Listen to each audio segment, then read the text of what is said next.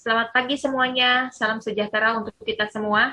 Kami dari Universitas Pelita Harapan, kelas karyawan Prodi Manajemen, ingin mempresentasikan bisnis kanvas kami yang berjudul Teman Nasimu pada mata kuliah Leadership and Entrepreneurship. Sebelumnya, perkenalkan kami dari kelompok 18 beranggotakan 5 orang, yaitu ada Alina Ulfi, Anissa Rahmawati Wardani, Mia Puspitasari, Salma Nabila, dan saya sendiri, Kori Ainun Kobiah. Kita mulai saja ke presentasinya oleh teman-teman saya. Silakan.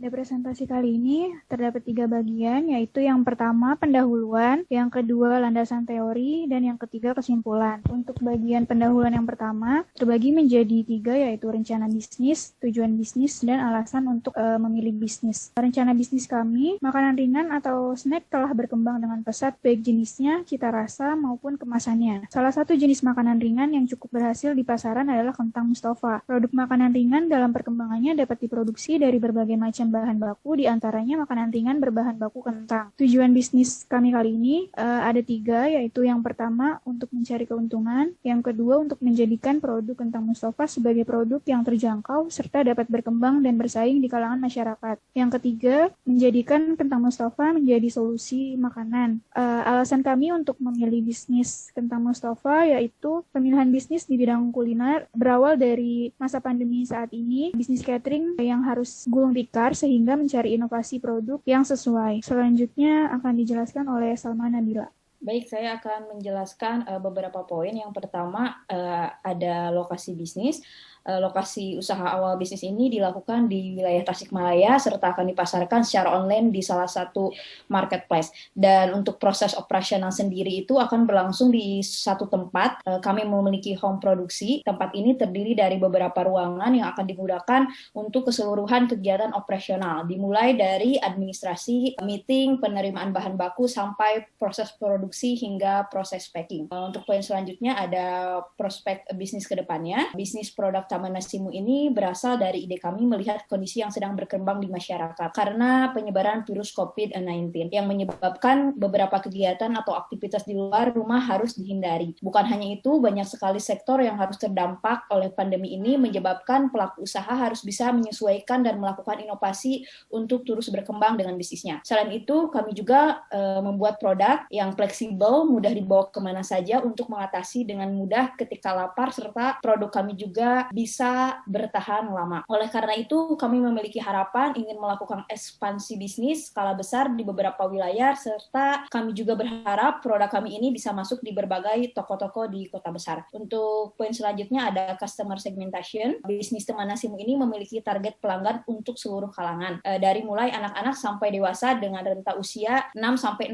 tahun yang sangat cocok untuk dikonsumsi oleh berbagai kalangan, khususnya untuk orang-orang yang memiliki aktivitas padat, mahasiswa, serta orang-orang yang memerlukan produk instan untuk menjadi pendamping nasinya. Untuk target secara ekonomi, produk ini menargetkan untuk seluruh kalangan, baik mulai dari kalangan rendah, sedang, menengah, hingga kalangan atas. Untuk selanjutnya akan dijelaskan oleh Alina. Baik, selanjutnya ada customer relationship. Menjaga hubungan baik dengan pelanggan sangatlah diperlukan dalam bisnis apapun. Pemanfaatan yang optimal melalui media sosial sangat membantu bisnis kami. Beberapa cara yang kami lakukan adalah memberikan layanan konsultasi 24 jam kepada pelanggan. Selanjutnya memberikan potongan-potongan khusus hingga 25% baik untuk pelanggan baru maupun pelanggan setia kami. Selanjutnya menerapkan personal asisten untuk menerima kritik dan saran dari setiap pelanggan. Dan yang terakhir menerima pesanan dalam permintaan khusus serta masukan kreasi menu-menu baru dari pelanggan. Selanjutnya ada revenue stream. Ini merupakan suatu aliran sumber pendapatan dalam bisnis yang mencangkup semua pendapatan baik yang langsung seperti penjualan atau tidak langsung seperti hibah dan investasi. Tujuannya untuk mengindikasikan metode pendapatan bisnis, untuk menerangkan area yang strategis dalam bisnis, menentukan strategi keuangan, mengestimasikan omset dan profit, serta menarik investor. Kami mengumpulkan tabungan sebagai modal awal bisnis kami, kemudian memulai membuat dan memasarkan produk-produk produk bisnis kami, sehingga aliran kas yang kami gunakan ada pendapatan langsung dari penjualan. Kami akan terus berinovasi untuk mengoptimalkan penjualan produk dengan menyesuaikan model pendapatan aliran kas dengan strategi yang akan terus kami kembangkan sesuai dengan kondisi dan permintaan pasar. Selanjutnya ada channel. Channel merupakan hal yang penting karena sebagai perantara antara bisnis kami dengan para pihak yang berhubungan seperti pemasok, pelanggan, dan investor. Kami memasarkan produk kami melalui media sosial seperti Instagram, Twitter, Facebook, website, dan WhatsApp kami. Selanjutnya kami juga bermitra dengan perusahaan transportasi seperti GrabFood, GoFood, Traveloka Eats, dan Shopee Food. Selanjutnya akan dijelaskan oleh teman saya Mia Puspitasari. Selanjutnya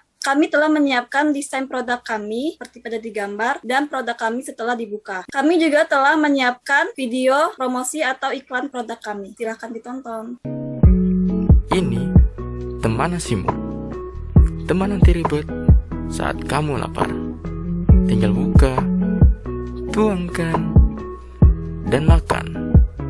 Bisa makan kapan saja dan dengan siapa saja. Apalagi sama si doi. Ini teman nasimu, kalau kamu teman hidupku. Selanjutnya ada value proposition. Nilai manfaat suatu produk atau layanan adalah suatu pedoman pada pernyataan marketing atau bisnis yang sering digunakan oleh pengusaha dalam memberikan suatu alasan atau ringkasan mengapa para konsumen harus membeli produk tersebut. Hal ini memunculkan sesuatu yang unik dari produk lain yang siap bersaing di pasar bisnis. Dalam usaha kami, yaitu Teman Nasimu, memiliki nilai manfaat yaitu menjadi unik dan berbeda dengan produk lainnya. Dalam produk kami, yaitu Teman Nasimu, kami memiliki value proposition, yaitu yang pertama, produk olahan rumahan. Teman Nasimu akan membawa para konsumen untuk mengingat dengan makanan olahan ibu yang sederhana, tetapi memiliki kesan tersendiri di lidah para anak-anaknya. Produk ini adalah produk inovasi dari pengusaha catering yang terdampak pandemi COVID-19, sehingga membuat owner catering berexperience membuat inovasi produk olahan rumahan yang mudah dibawa kemana saja dan tahan lama. Sehingga secara tidak langsung dengan membeli produk ini sama saja membantu perekonomian pengusaha catering yang berinovasi di Indonesia. Selanjutnya yang kedua yaitu menu yang beragam dan sehat. Bisnis makanan ringan yang sehat ini dapat menjadi pilihan praktis di tengah pandemi COVID-19.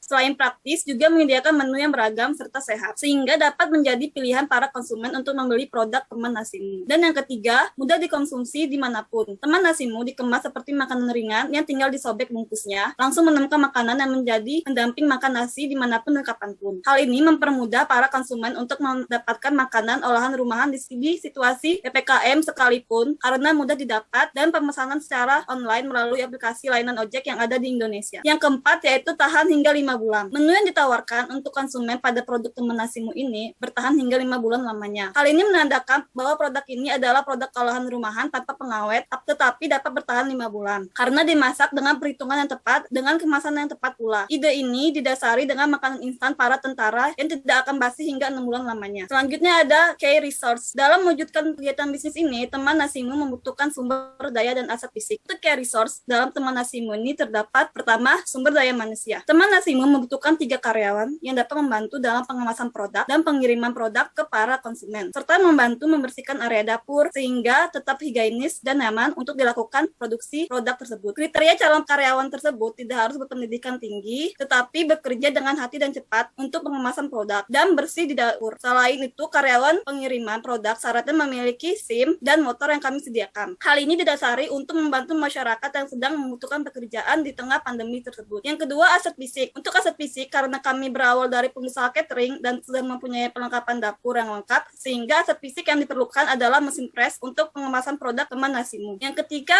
hak kekayaan intelektual. Teman Nasimu membutuhkan pengakuan seperti hak paten dan merek untuk mengundang kepercayaan konsumen mengenai produk ini. Selanjutnya ada key activities, merupakan bagian terpenting dari suatu model bisnis untuk menyatakan kegiatan-kegiatan yang harus dilakukan pengusaha supaya bisnis yang digeluti dapat berjalan lancar. Dalam bisnis Teman Nasimu ini, hal yang paling penting adalah pencarian bahan baku dengan kualitas terbaik seperti kentang, tempe, teri, dan kacang tanah yang menjadi bahan utama produk kami. Bahan baku kentang biasanya kami dapatkan langsung dari petani kentang yang ada di Madura. Selain itu, tempe didapat dari tempat produksi langsung. Dan untuk teri didapatkan dari pusat pengolahan ikan di Bangkalan, dan juga kacang tanah kami pesan melalui distributor secara langsung. Dalam proses pengolahannya, bahan baku sudah didapatkan langsung dapat diolah oleh karyawan untuk dimasak sesuai dengan standar operasi dan sudah sudah menjadi kesepakatan bersama. Sehingga saat ini jadi dan sampai di tangan konsumen produk kami tetap higienis. Selanjutnya akan dilakukan oleh Kori. Baik, terima kasih Mia atas waktunya. Cost struktur. Cost struktur yang dibutuhkan pada bisnis teman nasimu ini dalam operasional untuk tetap berjalan dengan lancar adalah yang pertama, cost yang dibutuhkan untuk pengadaan bahan baku seperti kentang, tempe, teri, dan juga kacang tanah dalam pembuatan menu pada teman nasimu. Yang kedua, cost untuk membeli mesin press kemasan teman nasimu. Yang ketiga, cost untuk promosi baik offline maupun menggunakan media sosial. Yang keempat, cost untuk pemberian upah atau gaji kepada karyawan. Next, ada key partners. Key partners dalam bisnis teman nasimu ini membutuhkan mitra atau supplier dalam penyediaan bahan baku kentang, tempe, teri, dan kacang tanah dengan kualitas terbaik sehingga pada saat produksi akan menghasilkan produk yang lezat dan sehat. Selain itu, teman nasimu bermitra dengan aplikasi layanan jasa pengiriman barang dan kerjasama dengan komunitas UMKM di Bangkalan untuk mempermudah pemasaran dan pengiriman produk. Nah, bisa dilihat ini model kanvas kita. Yang pertama ada key partners yang sudah dijelaskan sebelumnya, lalu ada key activities, key resource, value proportion, cost struktur, dan customer relationship dan sebagainya. Dan terakhir ada kesimpulan. Prospek bisnis produk Taman Nasimu ini berasal dari ide kami melihat kondisi yang sedang berkembang di masyarakat karena penyebaran virus COVID-19 yang menyebabkan beberapa kegiatan atau aktivitas di luar rumah harus dihindari. Bukan hanya itu, banyak sekali sektor yang harus terdampak oleh pandemi ini menyebabkan pelaku usaha harus bisa menyesuaikan dan melakukan inovasi untuk terus bertahan dengan bisnisnya. Nah, bisnis Teman Nasimu ini memiliki target pelanggan untuk seluruh kalangan, dari mulai anak-anak sampai dewasa dengan rentan usia dari umur 6 sampai 60 tahun yang cocok dikonsumsi oleh berbagai kalangan, khususnya memiliki aktivitas padat seperti mahasiswa, serta orang-orang memerlukan produk instan untuk menjadi pendamping nasinya. Kami juga memberikan pelayanan yang terbaik kepada pelanggan. Kami juga menerapkan personal assistant